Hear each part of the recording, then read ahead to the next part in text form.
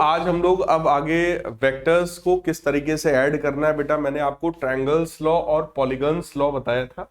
आज हम लोग उसके आगे बढ़ रहे हैं and we are moving towards analytical law, जिसको पैरेललोग्राम्स लॉ भी कहा जाता है। सो नेक्स्ट है एनालिटिकल लॉ या analytical method which is also known as parallelograms law।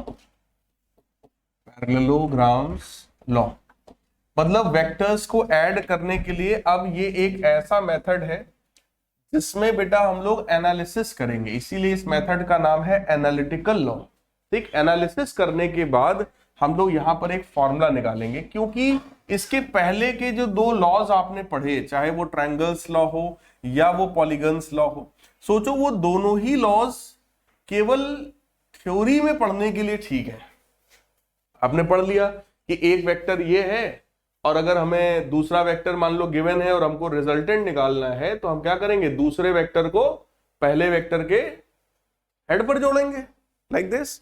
अब हम फर्स्ट पॉइंट को लास्ट पॉइंट से मिलाएंगे। जब मिलाने के बाद जो लाइन आएगी उसकी लंबाई को नापना पड़ेगा हमको। भाई अगर हमसे बोला गया रिजल्टेंट निकालो, तो रिजल्टेंट का मतलब आपको उसका मैग्नीट्यूड भी बताना है, आपको उसका डायरेक्शन भी बताना है, दोनों चीज बतानी है ना, वेक्टर क्वांटिटी है। ठीक, दोनों चीज बताने के लिए अब जो रिजल्टेंट आएगा, अब हम चले पहले उसकी लंबाई को मेजर करें। भाई पहले यहां से यहां इसको मिलाएं, मिलाने के बाद अब इसकी लंबाई को नापे स्केल रख के कि सर इतनी लंबाई आई है, तो हमको वेक्टर का मैग्नीट्यूड मिलेगा। फिर हम लोग प्रोटेक्टर रख के उसका ये वाला एंगल नापे कि सर ये लंबाई इतने एंगल पर है, 30 डिग्री 40 डिग्री 45 डिग्री जो भी आए, कि सर इतने एंगल पर रिजल्टेंट आया। कहने का मतलब यार ये मेजर करना पड़ेगा, और जब मेजरमेंट की बात आती है तो हम लोग हमेशा मेजरमेंट से भागते हैं। क्यों? क्योंकि प्रैक्टिकल चीजों को जनरली हम लोग अवॉइड ज्यादा करते हैं। मतलब बिना प्रैक्टिकल किए काम चल जाए तो ज्यादा अच्छा है। इवन अपने इंडियन सिस्टम में तो पूरी पढ़ाई देखो बिना प्रैक्टिकल के चल रही है। सब पूरा पढ़ा दिया जाता है, प्रैक्टिकल का कभी नामो निशान नहीं लिया जाता। क्यों? क्योंकि कई बार टीचर ने खुद भी कभी प्रैक्टिकल नहीं किया है, उसको खुद ही नहीं आता है, तो प्रैक्टिकल करवाएगा क्या? तो वो आपको सिर्फ थ्योरी पूरा पढ़ा दिए, समझा दिए, प्रैक्टिकल से आदमी अवॉइड करता है। और कई बार प्रैक्टिकल हम लोग को फंसा भी देते हैं। ये भी एक बात सही है कि अगर मान लो दोनों वेक्टर्स का मैग्नीट्यूड बहुत छोटा हो, तो उसको ऐड करना हमारे लिए बहुत कठिन हो जाएगा। एक वेक्टर 0.3 mm का मान ले तो ये ऑलरेडी बहुत छोटा हो गया, दूसरा वेक्टर भी 0.4 mm का मान ले, वो भी बहुत छोटा हो गया। अब दो छोटे छोटे वेक्टर्स अगर हों तो इतना बड़ा डायग्राम बनेगा ही नहीं। बोलो भाई, तो पता चला पहला वेक्टर ये है, दूसरा वेक्टर ये है, अब जोड़ो दोनों को, तो इनको जोड़ना हमारे लिए अब कठिन हो जाएगा, इनको हम नहीं जोड़ पाएंगे। इसलिए हम लोगों को कोई ऐसा लॉ चाहिए जिसमें फॉर्मूला कोई हो और उस फॉर्मूले से हमारा काम चल जाए। बात कुछ समझ में आई आपको? ठीक, तो अब हम लोग पढ़ने वाले हैं एनालिटिकल लॉ, जिसको हम लोग पैरेललोग्राम्स लॉ कह रहे हैं। और पैरेललोग्राम्स लॉ का मतलब क्या हुआ, पहले एक वेक्टर ये है ए वेक्टर और ये दूसरा वेक्टर है। देखो ट्रायंगल्स लॉ में क्या करते थे, दूसरे का टेल पहले के हेड से ज्वाइन करते थे। अभी क्या किया हमने, दोनों के टेल्स को ज्वाइन कर दिया। दोनों के टेल्स को आप एक साथ ज्वाइन करो और उसके बाद एक पैरेललोग्राम कंप्लीट करो बेटा। पैरेललोग्राम का मतलब इसके पैरेलल यहां से एक लाइन खींचो और इसके पैरेलल एक लाइन यहां से खींचो। भाई इसके पैरेलल ये और इसके पैरेलल ये, क्लियर? पैरेललोग्राम बन गया। अब इसके बीच से जो डायगोनल पास होगा वही डायगोनल हमारा रिजल्टेंट वेक्टर है। अगर हमें रिजल्टेंट निकालना है तो रिजल्टेंट वेक्टर ये है। दैट मींस पैरेललोग्राम्स लॉ क्या कहता है, if A vector and B vector, A vector and B vector are two adjacent, adjacent मतलब अगल बगल वाली, if A vector and B vector are two adjacent sides of a parallelogram, then the diagonal passing through their intersection point। किसी भी इस तरह के quadrilateral में बोलो दो डायगोनल्स होते हैं, एक डायगोनल ये है और दूसरा डायगोनल ये है, लेकिन इनके बीच से जो डायगोनल पास होगा वही हमारा रिजल्टेंट वेक्टर होगा। क्लियर है? सो ए वेक्टर एंड बी वेक्टर, इसका लैंग्वेज में लिख रहा हूं, if A vector and B vector represents adjacent sides of a parallelogram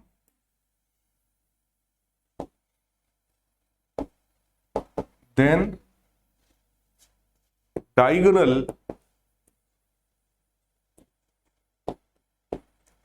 passing through their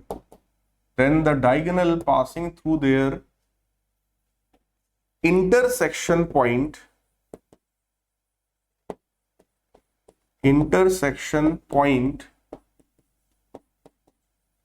will be the resultant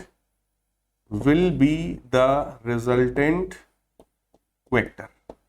इसका मतलब ए और बी अगर पैरेललोग्राम की दो अगल बगल वाली साइड्स हैं तो इनके बीच से जो डायगोनल जाएगा बेटा, इन दोनों का इंटरसेक्शन पॉइंट बोलो यही है, इनके इंटरसेक्शन पॉइंट से जो डायगोनल जाएगा वही डायगोनल हमारा रिजल्टेंट वेक्टर कहलाएगा। और ये जो रिजल्टेंट वेक्टर है R vector, that simply means A vector plus B vector. अगर आप ध्यान से देखो तो ये है वही ट्रायंगल्स लॉ, सिर्फ घुमा फिरा के लिखा गया है। अगर मैं इसको इतने को छिपा लूं डायग्राम, तो चेक करो ए वेक्टर बी वेक्टर, और चेक करो यही तो है रिजल्टेंट, यही तो होता था ट्रायंगल्स लॉ। अगर ये बी वेक्टर है तो बोलो ये भी बी वेक्टर है, बोलो यार भाई इक्वल मैग्नीट्यूड है, डायरेक्शन भी सेम है, तो वो भी क्या होगा बी वेक्टर। भाई वेक्टर के पास दो ही चीज तो होती है, अगर एक बंदा यहां खड़ा है सेम ऐसे ही बगल में खड़ा कर दो तो दोनों सेम हो गए। फिर अगर सारी प्रॉपर्टीज सेम है तो फिर जो ये वही काम किसमें होता है वेक्टर में। वेक्टर के पास सिर्फ दो चीज होती है, हम लोग इंसान के पास तो बहुत सारी चीजें हैं, किसी भी चीज से आदमी डिफरेंशिएट कर लेता है। देखो जो जुड़वा बच्चे होते हैं तो आंख से डिफरेंशिएट हो जाते हैं कि इसकी आंख नीली है उसकी आंख काली है, लेकिन यहां तो सिर्फ दो ही चीज है, मैग्नीट्यूड और डायरेक्शन। अगर दोनों सेम है तो फिर वो बी वेक्टर है। क्लियर? तो इसका मतलब बेटा ये है वही वाला लॉ, बस घुमा के लिखा हुआ है। अब होता क्या है यहां पर, इस लॉ का फायदा क्या है कि हमको मिल गया फॉर्मूला, और फॉर्मूला होता है R square is equal to A square plus B square plus 2ab cos theta, where theta is angle between two vectors. Theta is angle between a vector and b vector. तो ये देखो a vector है, ये b vector है, और इनके बीच का angle कितना है थीटा। दूसरा फॉर्मूला हमारे पास यहां पर आता है tan alpha is equal to b sin theta upon a plus B cos theta, जिसमें अल्फा होता है angle between, alpha is angle between resultant vector and first vector. Alpha कौन सा एंगल है भाई? रिजल्टेंट का फर्स्ट वेक्टर के साथ एंगल। Is this clear? दोनों के बीच का एंगल कौन है बेटा? थीटा। रिजल्टेंट का फर्स्ट वेक्टर के साथ एंगल कौन है? अल्फा। अगर मैं आपसे कहूं नहीं हमें अल्फा नहीं चाहिए, हमारा ये पहला वेक्टर है, भाई दोनों में कोई भी पहला कोई भी दूसरा हो सकता है। अगर मैं कहूं नहीं ये वाला हमारा पहला वेक्टर है, ठीक, और अगर मैं कहूं कि अल्फा नहीं, इसका नाम रखते हैं हम लोग बीटा, और आप मुझे जरा tan बीटा बताओ, तो using same formula same concept, ठीक, अब हम tan बीटा लिखेंगे। क्या? चेक करो, tan beta is equal to क्या बनने वाला है? यहां पर क्या था? b sin theta. तो इस बार अगर ये पहला वेक्टर है तो फिर दूसरा कौन है? a। इसका मतलब क्या बनेगा? यहां तो दूसरा वेक्टर रखते हैं हम लोग, इसका मतलब क्या बनेगा? a sin theta upon b plus a cos theta. क्या ये बात समझ में आई? तो आप चाहे ये वाला एंगल निकालो चाहे ये वाला एंगल निकालो, बस ये ध्यान रखना कि रिजल्टेंट का पहले वेक्टर के साथ एंगल क्या होना चाहिए फॉर्मूले में? अल्फा। अब तुम चाहे अल्फा मानो चाहे तुम बीटा मानो। बात समझ में आई? Is this clear? Formula clear है? अब आते हैं ये फॉर्मूला सर आया कहां से, इस फॉर्मूले का डेरिवेशन क्या है। तो डेरिवेशन पर आ जाइए। डेरिवेशन में देखिए सबसे पहले मैं वही वाला डायग्राम बना रहा हूं। ये कोई हमारा पहला वेक्टर है, ये हमारा मान लीजिए दूसरा वेक्टर है। तो सबसे पहला काम क्या होता है, एक पैरेललोग्राम पहले कंप्लीट किया जाए। ठीक, तो ये हो गया, देखो पैरेललोग्राम कंप्लीट। अब बताओ रिजल्टेंट वेक्टर कौन सा होगा, इनके बीच से ये जाने वाला डायगोनल। ठीक, ये हमारा पहला वेक्टर था बेटा ए वेक्टर, ये हमारा दूसरा वेक्टर था बी वेक्टर, ये था रिजल्टेंट वेक्टर। पूरा एंगल बोलो था थीटा और ये वाला एंगल था अल्फा। जो फॉर्मूला हमारा आया था आर स्क्वायर बराबर A square plus B square plus 2ab cos theta, वो फॉर्मूला देख करके ही पाइथागोरस की याद आती है। बोलो हाइपोटेनस स्क्वायर बराबर perpendicular square plus base square, इतना ही देख करके। कहने का मतलब कि सर अगर पाइथागोरस थ्योरम टाइप का कुछ है तो यहां पर कोई तो एंगल 90 डिग्री होना चाहिए। बोलो भाई, लेकिन यहां डायग्राम में कोई भी एंगल 90 नहीं है, तो हम लोग यहां पर करने वाले हैं कुछ कंस्ट्रक्शन। और कंस्ट्रक्शन क्या है, इसको बढ़ाओ आगे, ठीक, और यहां से एक परपेंडिकुलर ड्रॉ कर दो। क्लियर है, ये एंगल देखो कितना दिख रहा है अब 90। देखो पूरे फिगर में कहीं भी डायग्राम में 90 नहीं था, इस वजह से हमने कंस्ट्रक्शन किया, इसको आगे बढ़ाया और यहां से एक परपेंडिकुलर हमने ड्रॉ किया। और अब मैं इसका एक नेमिंग कर रहा हूं पूरे का। फिगर में देखो ओ ए, इसको लिख देते हैं बी, और ये हो गया मान लो सी, ये हो गया आपका टी। तो O A B C T. Clear, जरा चेक करो कौन से दो ट्रायंगल्स हैं जिसमें हम लोग पाइथागोरस यूज कर सकते हैं।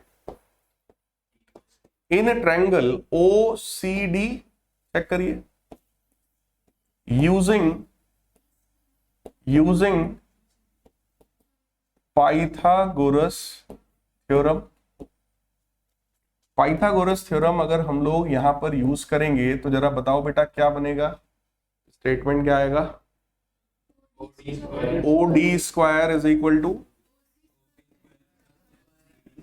सी डी का होल स्क्वायर। ओ सी जो है, क्या इसको ओ ए प्लस ए सी लिख सकते हैं, that will become O A plus A C का whole square plus C D square. ये बन गया बेटा ए प्लस बी का whole square. A plus B का होल स्क्वायर बोलो क्या होता है, A square plus B square plus 2ab, और सी डी स्क्वायर पहले से था। ठीक, अब जरा चेक करो, हमने इस ओ सी डी वाले ट्रायंगल में पाइथागोरस लगाया क्योंकि ये एंगल 90 है, तो क्या ये ए सी डी इसमें भी पाइथागोरस लगा सकते हैं? So from triangle A C D, from triangle A C D, A C D वाले ट्रायंगल में बेटा पाइथागोरस लगाओ जरा, क्या आएगा,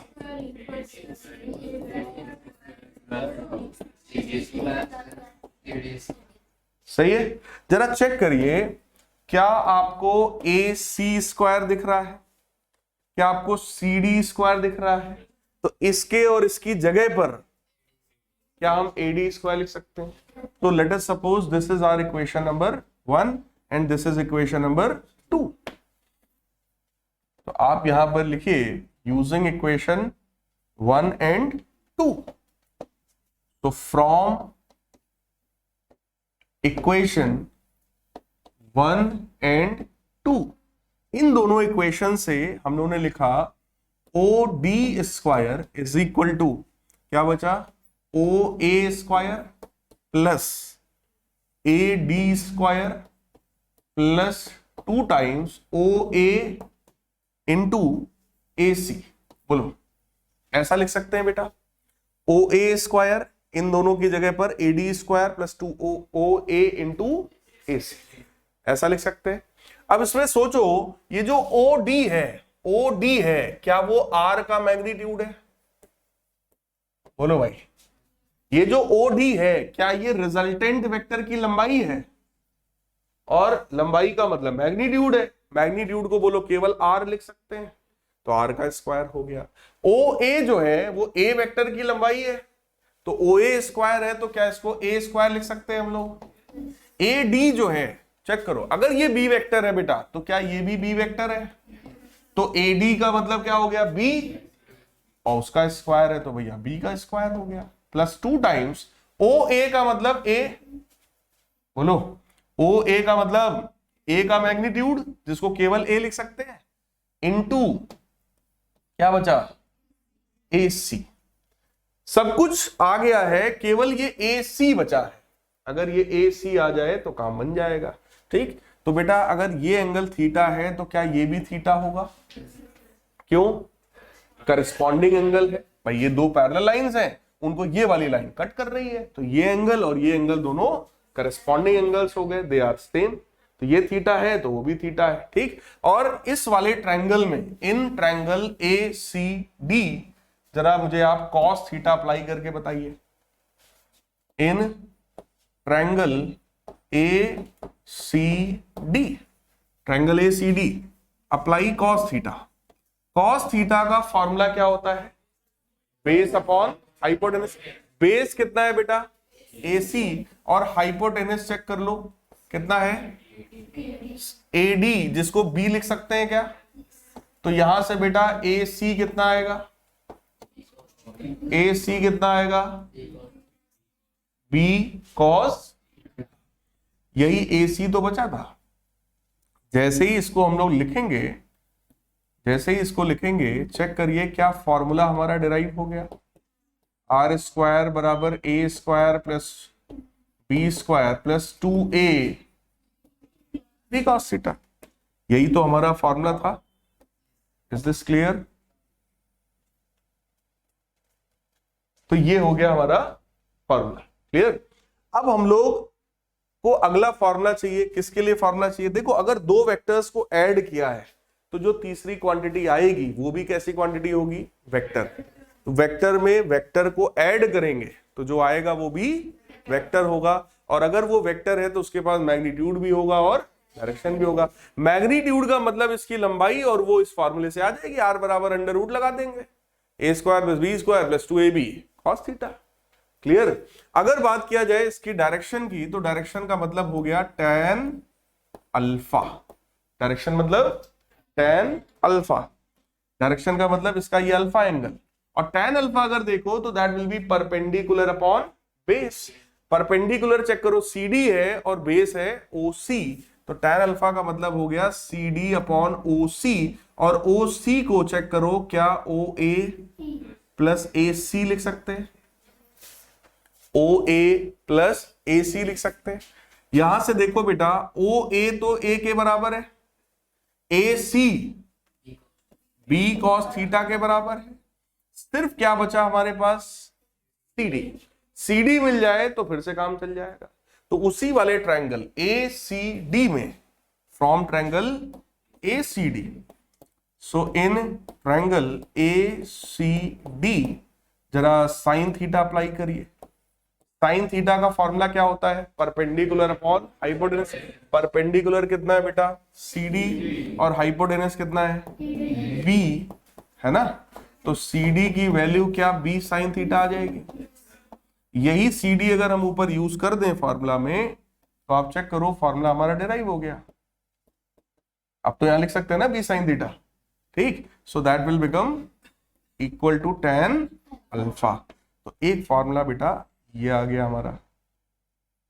अब सोचो, ये जो ऊपर वाला फॉर्मूला है ये रिजल्टेंट का मैग्नीट्यूड बताएगा, नीचे वाला जो फॉर्मूला है ये रिजल्टेंट का डायरेक्शन बताएगा। Is this clear? अब अगर मैं आपको एक न्यूमेरिकल दूं बेस्ड ऑन दिस फॉर्मूला या प्रिंसिपल, तो जरा ध्यान से देखो, आपको मैं एक क्वेश्चन दे रहा हूं, देखिए जरा, एक वेक्टर ये है, एक वेक्टर ये है, ये वाला जो वेक्टर है ये फोर्स है, मान लो F1 फोर्स जो कि 30 न्यूटन का है, ये F2 फोर्स है हमारा जो कि 50 न्यूटन का है, क्लियर। ये देखिए एक्स एक्सिस है, एक्स एक्सिस है ये, और पूरा एंगल इसका है 60 डिग्री, पूरा एंगल कितना है 60 डिग्री, और ये नीचे वाला इस इतने का एंगल है 30 डिग्री, 30 डिग्री। वहां जगह नहीं है, मैं यहां लिख दे रहा हूं, मतलब ये समझ जाइएगा ये वाला एंगल है, ठीक है। टोटल 60 है, ये हमारा 30 है। आप बताओ जरा रिजल्टेंट वेक्टर कितना होगा, रिजल्टेंट वेक्टर क्या होगा, ये हमारा क्वेश्चन है। देखो हमारे पास कितने फोर्सेस हैं, तो हमको दोनों को ऐड करना है, दोनों के बीच का बोलो एंगल हमें पता है, इसका मतलब हम कौन सा फॉर्मूला यूज कर सकते हैं, पैरेललोग्राम्स लॉ वाला, ठीक। अगर मैं इसको यूज करता हूं तो सबसे पहले आप लोग मुझे बताइए, क्या आर की value under root A square plus B square plus 2ab cos theta होती है। ए का स्क्वायर मतलब बोलो 30 का स्क्वायर, बी का स्क्वायर मतलब 50 का square, plus 2 times A B cos theta. Theta कौन सा एंगल होता है, थीटा कौन सा एंगल होता है, दो वेक्टर्स के, और वो एंगल यहां पर कितना है 30 डिग्री। कितना है चेक करो, 60 तो पूरा है, 60 तो पूरा एंगल है। हमको कितना चाहिए, हमको तो ये एंगल चाहिए ना बेटा, यही तो होता है फॉर्मूला थीटा, और वो थीटा यहां पर कितना है, कितना है, इज दिस क्लियर, ठीक। इस बात को ध्यान रखना भाई, जल्दबाजी में 60 डिग्री नहीं रखेंगे हम यहाँ, cos 60 डिग्री। बोलो अगर कैलकुलेटर मिल जाए तो ये सॉल्व कर लेंगे सब लोग, बिना मिले भी हिम्मत कर सकते हैं, लेकिन गलत होने के चांसेस हैं काफी भाई। मतलब ये हो गया भैया 900, ये हो गया 2500, ये हो गया आपका कितना 1500 गुणे 2 यानी 3000, और cos 30 बेटा कितना होता है √3/2, यानी कि 2509 कितना होता है भाई,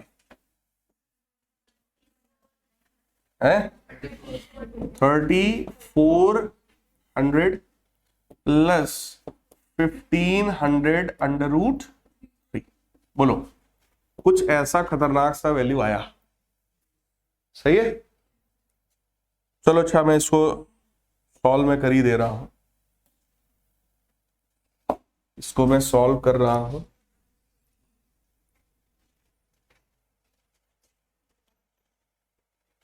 एक मिनट एक मिनट एक मिनट,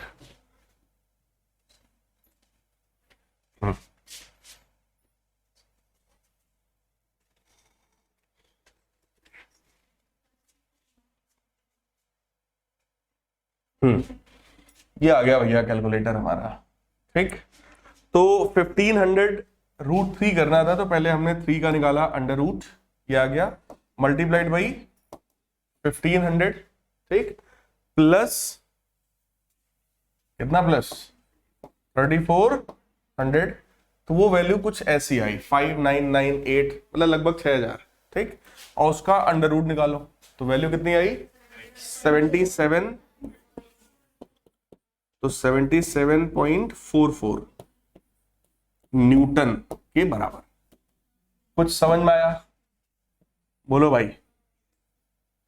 मतलब देखो ये तो मैंने एक क्वेश्चन आपको दे दिया कि आपका एकदम दिमाग खुल जाए, इस फॉर्मूला को लेके आपके दिमाग में डाउट ना रहे कहीं पर भी, ठीक है। बाकी कैलकुलेटिव थोड़ा ज्यादा है, ये जब आप लोग बीटेक में आओगे तब आपको ये किताब में मिलेगा। आपकी बीटेक में किताब चलती है आर के बंसल की, मैकेनिक्स की किताब चलती है, वहां पर ये फार्मूला आपसे यूज, सेम यही क्वेश्चन शायद आपसे करवाया जाएगा, बस वहां पे 30-50 जगह कुछ और हो सकता है दिया, मुझे ध्यान नहीं है एग्जैक्ट क्या था।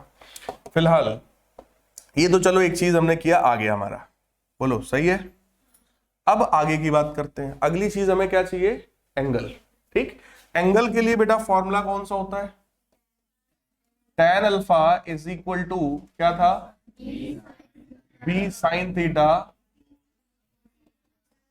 a plus B. बोलो पहला वेक्टर किसको मान रहे हो, इसको, है ना। तो इनका जो रिजल्टेंट होगा बेटा, क्या वो रिजल्टेंट इन दोनों के बीच से कहीं जाएगा, बोलो यार, पैरेललोग्राम बनाएंगे, इसके पैरेलल यहां से, है ना, इसके पैरेलल यहां से, इसके पैरेलल यहां से, फिर कहीं जाके मिलेगा। और अगर मैं रिजल्टेंट का पहले वेक्टर के साथ एंगल अल्फा मान रहा हूं तो या तो ये अल्फा होगा या तो ये अल्फा होगा। पर या तो मैं इसको पहला वेक्टर मान रहा हूं या तो मैं इसको पहला मान, दोनों में कोई एक तो पहला होगा। देखो अगर F1 F2 लिखा है तो तुम्हारे लिए आसान हो गया कि भैया ये पहला है ये दूसरा है, क्लियर। मान लो ना लिया होता, ना दिया होता तो आप किसी को भी पहला मान लो। बात समझ में आई। बस ये ध्यान रखना, अगर वो फर्स्ट वेक्टर है ये, तो फिर सेकंड कौन हुआ, ये। और अगर ये फर्स्ट है तो फिर ये सेकंड है। बात समझ में आई। फिलहाल अगर मैं इससे एंगल निकाल रहा हूं, मैं इसको अल्फा मान रहा हूं, तो बोलो सेकंड ये है, तो क्या बनेगा 50 sin 30 डिग्री। थीटा कौन सा एंगल था, दो वेक्टर्स के बीच का, वो 30 है। a प्लस बी यानी कि 30 प्लस 50 cos 30 डिग्री। देखो 50 sin 30, sin 30 1/2 होता है, तो 50 इंटू 1/2 करोगे 25 आएगा। 30 प्लस 50 cos 30 होता है √3/2, तो ये तुम्हारा बनेगा 25 डिवाइडेड बाई 30 प्लस 25 √3। क्लियर है। 5 से आई थिंक हम लोग कैंसिल भी कर सकते हैं, तो बनेगा 5 डिवाइडेड बाई 6 प्लस 5 √3। देखो अगर आप सीबीएसई बोर्ड के हैं और आपने इसको ऐसे निकाला tan अल्फा की वैल्यू, तो आप यहां सीधे सीधे अल्फा बराबर tan इनवर्स 5/6 प्लस 5 √3 करके ऐसे छोड़ सकते हैं कि सर ये एंगल आया इसका। क्लियर। लेकिन अगर हम आईएससी बोर्ड के और हम इसको सॉल्व करके थोड़ा सा इसका फील लेना ही चाहते हैं कि सर ये एग्जैक्टली है कितना, तो भैया देखो 5, पहले तो √3 निकालते हैं, √3 मल्टीप्लाइड बाई 5 प्लस 6, ये आया। बोलो सही है, कितना आया 14.6, मतलब ये डिनोमिनेटर है और 1 बाई डिनोमिनेटर होता है ना, तो मैं इसको कर रहा हूं, देखो ये कर दूं 1/x, तो 1/x हमने किया आ गया 0.068 होल मल्टीप्लाइड बाई 5। कैलकुलेटर देखो यूज करना भी एक कला है, बहुत से लोगों के पास कैलकुलेटर होने के बाद वो गलत करते हैं। 0.3411, बोलो यार। अच्छा ये तो अभी tan अल्फा आया है, अभी अल्फा भी निकालना है ना, तो अल्फा बराबर क्या होगा tan inverse this. tan inverse निकालने का तरीका देखो यहां पर है, ट्रिग्नोमेट्री में आओ, ठीक, सेकंड फंक्शन लो, ये देखो tan इनवर्स दबा दे भाई। जैसे ही tan इनवर्स करेंगे वैल्यू कितनी आई 18.83 डिग्री। देखो मैंने इसलिए आपको बता दिया, पहली बात थोड़ा सा तो आपको साइंटिफिक कैलकुलेटर पहले तो दिखाई पड़ जाएगा कि होता कैसा है, ठीक। कुछ लोगों ने हो सकता है देखा भी हो, साइंटिफिक कैलकुलेटर बिल्कुल ऐसा ही होता है साइंटिफिक कैलकुलेटर, ठीक, यही सारे फंक्शंस उसमें भी होते हैं। तो उसको पहले तो यूज करने का तरीका सही होना चाहिए। अब अगर तुम इसको लिखते 6 प्लस 5 √3 लिख देते तो वो गलत हो जाता फिर तुम्हारा। बात समझ में आई, क्योंकि वहां पर वो इस तरीके से नहीं ले पाएगा, या तो उसको लिखने का तरीका आपका सही हो, इसलिए हमने उसको आसान कर दिया। पहले हमने 3 का रूट निकाल लिया, फिर हमने 5 का मल्टीप्लाई किया, फिर हमने 6 जोड़ दिया, फिर हमने उसको 1 में कर दिया और फिर सीधे हमने 5 का मल्टीप्लाई। बात समझ में। आपको नहीं आता है तो आप एक एक करके यूज करेंगे, मतलब एक एक करके सॉल्व करेंगे। पहले √3 निकाल लो 1.732, उसका 5 में मल्टीप्लाई कर लो, उसको लिख दो, फिर 6 उसमें जोड़ दो, फिर दिस बाई दिस हो उसको डिवाइड कर लो, ठीक, तो ये आएगा। फिलहाल 18.83 का मतलब क्या हुआ बेटा, अब थोड़ा सा इस चीज को समझो। अगर टोटल एंगल था 30 तो इसका एंगल कितना है, यहां से ये एंगल कितना है 18.83 डिग्री। क्या ये बात समझ में आई। अब इससे अगर 18.83 है तो दूसरे वाले से 100% कितना होगा 30 माइनस दिस 12 पॉइंट समथिंग या 11 point something. Is this clear. और अगर आप वही काम यहां पे करते हो, आप निकालो इसमें tan बीटा, अगर आप निकालते हो ऊपर वाले से एंगल मान लो बीटा, अगर tan बीटा निकालना है तो बोलो यहां बनेगा 30 sin 30 अपॉन 50 प्लस 30 cos 30, और सॉल्व करोगे एग्जैक्टली इसी तरीके से सॉल्व करोगे तो वो जाके वही आएगा 11 पॉइंट समथिंग। कुछ बात समझ में आई? क्लियर है? तो ये है आपका पैरेललोग्राम्स लॉ, जिसका काम था किसी भी दो वेक्टर को ऐड करना। तो दो वेक्टर्स को ऐड करने का ये एक सिंपल सा मेथड होता है, फार्मूला बेस्ड। ठीक है, अब हम लोग इसके आगे बढ़ रहे हैं अपने अगले मेथड की तरफ, अगले कॉन्सेप्ट की तरफ, और अगला कॉन्सेप्ट है कंपोनेंट्स ऑफ वेक्टर। अगला कॉन्सेप्ट क्या है? कंपोनेंट्स ऑफ वेक्टर, यानी किसी भी वेक्टर के कंपोनेंट्स करना। देखो जरा, अगर ये पहला वेक्टर है x डायरेक्शन में है, इसका नाम fx है। ये दूसरा वेक्टर है y डायरेक्शन में है, इसका नाम fy है। आपसे मैं कहूं इन दोनों वेक्टर्स को ऐड करो, तो ऐड करने के लिए बोलो ट्रायंगल्स लॉ सबने सीखा है। ट्रायंगल्स लॉ क्या होता है? फर्स्ट पॉइंट को लास्ट पॉइंट से ज्वाइन कर देंगे और ये बोलो आ जाएगा f वेक्टर। इसका मतलब fx वेक्टर और fy वेक्टर को ऐड करने पर क्या आया? f vector. तो अगर मैं कहूं इसी f के बेटा पार्ट्स करो, इसी f को कुछ पार्ट्स में ब्रेक करो, तब क्या होगा? अगर ब्रेक करने की बात करेंगे तो वही दो पार्ट्स आएंगे fx एंड fy। भाई fx प्लस fy, अगर f है तो f के पार्ट्स करने को अगर मैं बोलूं तो वही fx और वही fy आएगा। क्लियर है? क्योंकि ये x डायरेक्शन में है इसलिए इसको हम लोग क्या बोलते हैं? This is x component of f vector. ये वाला y डायरेक्शन में है इसलिए इसका नाम क्या है? y component of f vector. इसका मतलब बेटा किसी भी f वेक्टर के, किसी भी वेक्टर के मिनिमम कितने कंपोनेंट्स हम कर सकते हैं? दो। क्लियर? मैक्सिमम इनफाइनाइट, बहुत सारे कंपोनेंट्स अलग अलग डायरेक्शन में हम कर सकते हैं, बट मिनिमम कंपोनेंट हम उसके दो यहां पर कर सकते हैं। अगर रिजल्टेंट का पहले वेक्टर के साथ एंगल हमने अल्फा मान रखा है तो आप जरा सोचो, क्या यहां पर हम लोग कॉस अल्फा लगा सकते हैं? कॉस अल्फा का फॉर्मूला होता है बेस अपॉन हाइपोटेनस। बेस यहां बोलो fx और हाइपोटेनस f है, तो fx की वैल्यू कितनी आएगी? कितनी आएगी? f cos alpha. चेक करो भाई,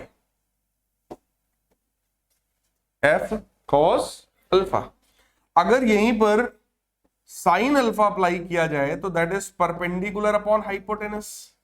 परपेंडिकुलर बेटा fy है और हाइपोटेनस f है, तो fy कितना आएगा? That is f sine alpha.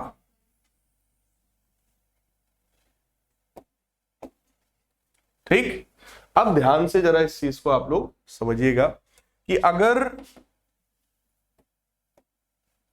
ये हमारा मेन वेक्टर है f वेक्टर, जिसके हमें पार्ट्स करने थे, जिसके हमें कंपोनेंट्स करने थे, जिसको हमें रिजॉल्व करना था, मतलब इसी को कंपोनेंट्स भी कहते हैं, इसी कॉन्सेप्ट को रेजोल्यूशन भी कहते हैं, यानी कि वेक्टर्स को रिजॉल्व करना भी इसी को कहते हैं। आपको बोला जाए वेक्टर को रिजॉल्व करो, मतलब उसके कंपोनेंट्स करो दो डायरेक्शंस में, एक x में और एक y में। अगर मैं x डायरेक्शन की बात करूं तो वो कंपोनेंट कितना है? f cos अल्फा, और y डायरेक्शन की बात करें तो वो कंपोनेंट कितना है? f sin alpha. ठीक, तो ये वेक्टर है, ये एंगल है, एंगल के साथ वाला कंपोनेंट हमेशा क्या होता है? cos वाला, और जो बच जाए वो कौन सा होता है? साइन वाला। इसी का अगर मैं आपको यूज दिखाऊं, अगर ये मान लो एक वेक्टर है 10 न्यूटन का और उसका ये वाला एंगल है 30 डिग्री, 30 डिग्री, तो एंगल के साथ वाला कंपोनेंट बेटा कितना होगा? ये it will be 10 cos 30 degree, और ये वाला कौन सा होगा? 10 sin 30 डिग्री। तो एंगल के साथ वाला cos और जो बच जाए वो। क्लियर? सिमिलरली अगर आपको दिया जाए ये वही 10 न्यूटन है, लेकिन इस बार ये एंगल दे दें हम आपको 60, तो देखो एक ही चीज है, चाहे उधर से 30 दें चाहे इधर से 60 दें, एक ही चीज है। लेकिन ये 10 न्यूटन है, ये 60 है, तो इधर की तरफ कंपोनेंट क्या होगा 10 cos 60। cos क्यों हुआ, क्योंकि ये एंगल के साथ वाला है, और इधर की तरफ क्या होगा 10 sin 60। क्या ये बात समझ में आई आपको? ठीक, एंगल के साथ वाला कंपोनेंट हमेशा कितना होगा cos, और जो बच जाए वो हमेशा कितना होगा sin। क्लियर? अब method of component we are going to use for adding some vectors. अगर कुछ वेक्टर्स दे दिए जाए, देखो अभी तक आपको जो सिखाया गया, ट्रायंगल्स लॉ में केवल 2 वेक्टर्स को ऐड करना सिखाया गया, लेकिन कोई फार्मूला नहीं था, तो पैरेललोग्राम्स लॉ सिखाया गया, उससे भी हम 2 वेक्टर्स को ऐड कर सकते हैं और हमारे पास फार्मूला भी आ गया। ठीक, फिर आपको पॉलीगन्स लॉ सिखाया गया जिसमें हम नंबर ऑफ वेक्टर्स को ऐड कर सकते हैं, लेकिन कोई फार्मूला नहीं है। तो अब हमको कोई ऐसा मेथड चाहिए जिसमें हम नंबर ऑफ वेक्टर्स को ऐड कर सकें यूजिंग सम फार्मूला। क्लियर है? तो वहां पर क्या करोगे अब? Now we are going to study method of components. Method of components. Method of component में आपको सबसे पहली बात नंबर ऑफ वेक्टर्स दिए जाएंगे। ढेर सारे वेक्टर्स आपको दे दिए गए, जैसे कुछ ऐसा ही क्वेश्चन हमने करवाया था इन लोग को पहले। मान लो एक वेक्टर ये था आपका, एक वेक्टर आपका ये है, एक वेक्टर यहां पर है। ठीक, हमको मान लो यही 3 वेक्टर्स दिए गए। ये है आपका 10 न्यूटन का, ये है आपका 20 न्यूटन का, और ये वाला है आपका 30 न्यूटन का। इसका ये वाला एंगल मान लो 30 डिग्री है, इसका ये वाला एंगल मान लो 60 डिग्री है, और इसका ये वाला एंगल मान लो 45 डिग्री है। अब हमको 3 वेक्टर्स दे दिए गए और हमसे कहा गया इन तीनों वेक्टर्स को ऐड करो, ऐड ऑल दीज वेक्टर्स। ठीक, तो वेक्टर्स को ऐड करने के लिए आपके पास अब मेथड आ गया, मेथड ऑफ कंपोनेंट्स। तो सबसे पहला काम इस मेथड में होता है, आप इन सबके कंपोनेंट्स करिए, सबको रिजॉल्व करिए। तो देखो अगर ये 10 न्यूटन है और ये 30 डिग्री है, तो बोलो इधर की तरफ कंपोनेंट क्या होगा? तो इधर की तरफ 10 sin 30। सिमिलरली ये 20 न्यूटन है, ये 60 डिग्री है, तो बोलो इधर की तरफ और इधर की तरफ 20 sin 60। ये 30 न्यूटन है, ये 45 डिग्री है, तो इधर की तरफ 30 cos 45 और इधर की तरफ। तो सबसे पहला काम तो बेटा सिंपल है कि हम लोगों को कंपोनेंट्स करना है। क्लियर? कंपोनेंट्स करने के बाद का काम है अब जितने फोर्सेस एक्स डायरेक्शन में हैं उन सबको जोड़ो। Sum of all the forces in X direction. Clear? X direction में जरा चेक करो कौन कौन है। 10 cos 30, cos 30 होता है बेटा √3/2। ठीक, अब ये दोनों क्योंकि लेफ्ट में है इसलिए कैसे होंगे? माइनस। तो माइनस का 20 sin 60 का मतलब हो गया अगेन √3/2 माइनस 30 cos 45, cos 45 होता है 1/√2। तो ये तुम्हारा बनेगा 5√3 माइनस 10√3 माइनस, अब ये 30/√2 है, इसको रेशनलाइज करना पड़ेगा। बोलो भाई, √2 का मल्टीप्लाई √2 का डिवाइड, तो नीचे 2 बनेगा, तो ये 30/2 यानी कि 15 तो ये बेटा कितना आएगा? माइनस का 5√3 माइनस का 15√2। क्लियर है? ठीक, अब फिर से भैया कैलकुलेटर का रिक्वायरमेंट आ गया। तो पहले तो √3 हमने निकाला और उसमें हमने मल्टीप्लाई किसका किया? 5 का, तो ये वैल्यू आ गई 8.6 8.66, तो माइनस का 8.66। देखो थोड़ा सा अपना हम दिमाग भी यूज करते चलेंगे ना, सब चीज कैलकुलेटर थोड़े करेगा। हमने इसको मल्टीप्लाई कर लिया, माइनस अपने दिमाग से लगा लिया, फिर 2 का आप अंडर रूट करो मल्टीप्लाइड बाई 15, तो ये देखो कितना हुआ बेटा, माइनस का 21.21। क्लियर? अब सोचो दोनों माइनस माइनस में तो ऐड करना है ना। सो ये जो भी आया है इसमें हम लोग ऐड करेंगे 8.66, जैसे ही ऐड करेंगे आएगा 29, तो माइनस का 29.87। क्या ये बात समझ में आई? ये एक्चुअली हम लोगों ने क्या किया, ये हम लोगों ने एक्स डायरेक्शन में जो फोर्सेस हैं उनका हम लोगों ने रिजल्टेंट निकाला। ठीक, कि सर एक्स डायरेक्शन में जो भी फोर्स है उनका नेट रिजल्टेंट ये है। क्या ये बात समझ में आई? अब यही सेम काम हम वाई डायरेक्शन में करने वाले हैं, सिग्मा एफ वाई। तो वाई में कौन कौन है, ये दोनों और ये। ठीक, तो मैं वैल्यू लिख रहा हूं 10 sin 30। sin 30 कितना होता है 1/2 प्लस 20 cos 60। cos 60 भी कितना होता है 1/2 माइनस 30 sin 45 यानी कि 1/2। तो ये कितना बनेगा भैया 5 + 10 यानी कि 15 माइनस 15 अंडर रूट। इसकी भी वैल्यू आओ निकालते हैं जरा, निकली हुई है। तो ये बन जाएगा आपका 15 माइनस, देखो इसकी वैल्यू तो निकाला ही था हम लोगों ने, तो दैट इज 21.21। तो ये कितना आया माइनस का 6.21। Is this clear? कोई लोचा तो नहीं है भाई? हाँ, हमें लग रहा भाई 15 माइनस 21.21 6.21। ओके चलो, अच्छा तो 6.21 न्यूटन। क्लियर है? सही है, गड़बड़ तो नहीं है कुछ? Sigma F Y. देखो हमने किया गया, हमारे पास 3 वेक्टर, 4 वेक्टर, 5 वेक्टर या 10 वेक्टर थे। ठीक, हमने सारे वेक्टर्स के कंपोनेंट कर डाले, लेकिन सारे कंपोनेंट्स कितनी डायरेक्शंस में किए? केवल और केवल 2 डायरेक्शंस में, एक एक्स में और एक वाई में।